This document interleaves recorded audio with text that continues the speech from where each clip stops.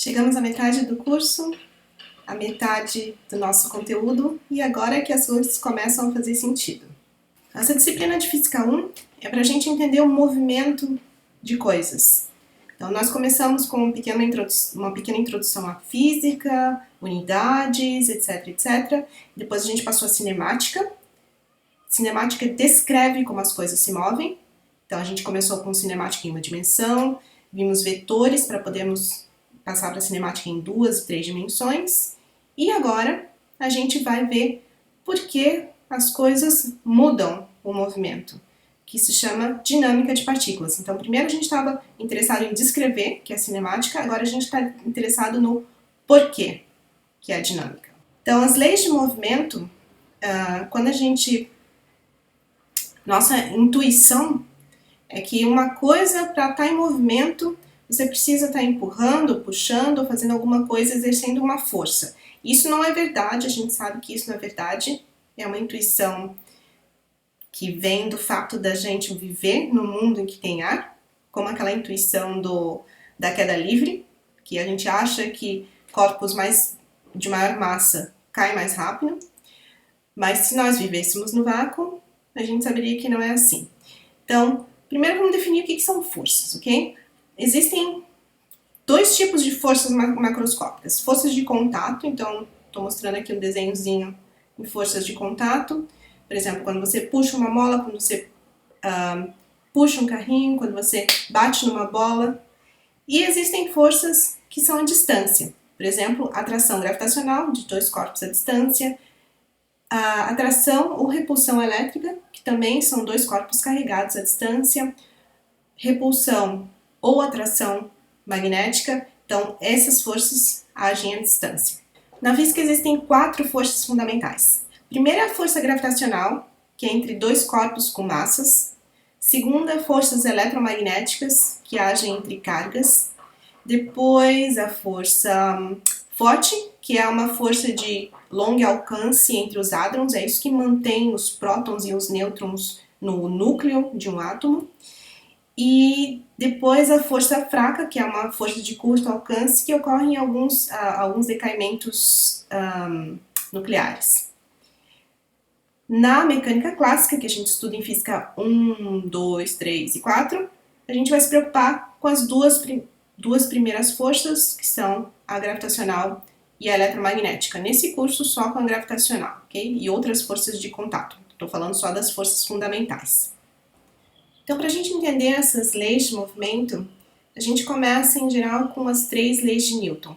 Eu acho os nomes das 3 leis de Newton, primeira, segunda e terceira lei, uns nomes muito pouco elucidativos. Eu prefiro dar os nomes às leis prefiro dar os nomes que são o que as leis nos dizem. Eu nunca me lembro qual que é a primeira, qual que é a segunda, qual que é a terceira.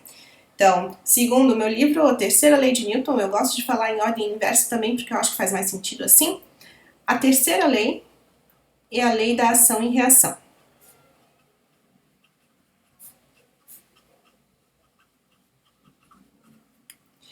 Essa lei diz que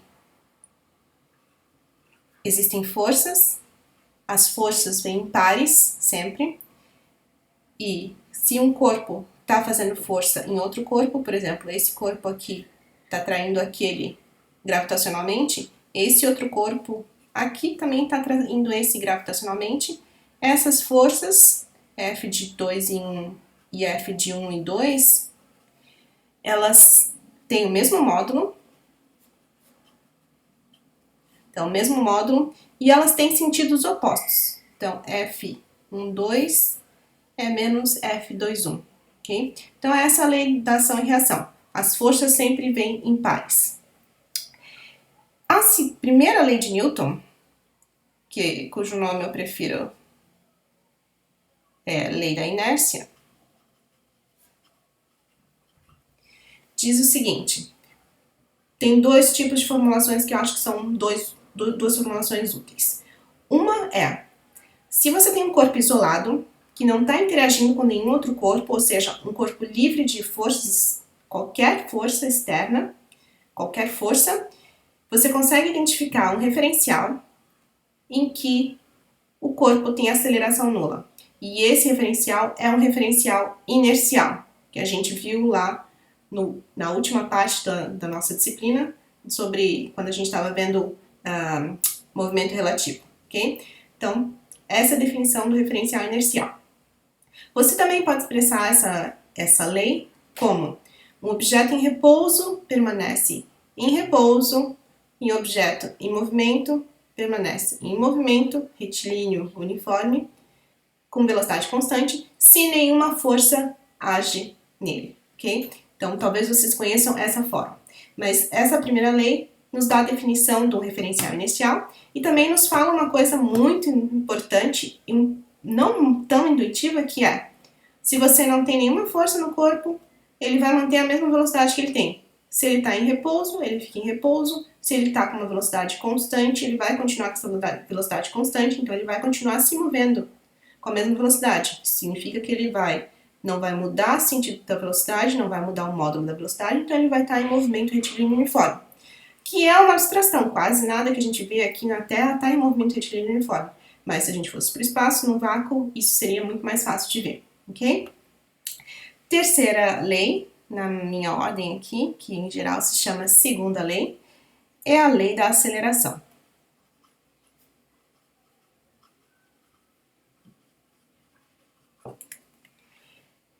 Essa lei diz que se você está no referencial de inercial, a aceleração do corpo é proporcional à força resultante nele, então a resultante das forças, e inversamente proporcional à massa do corpo. Então você pode escrever assim: A é igual à força resultante dividido pela massa, ou você pode escrever assim: A é igual à soma de todas as forças que agem no corpo, então soma de todas as forças I que agem no corpo dividido pela massa.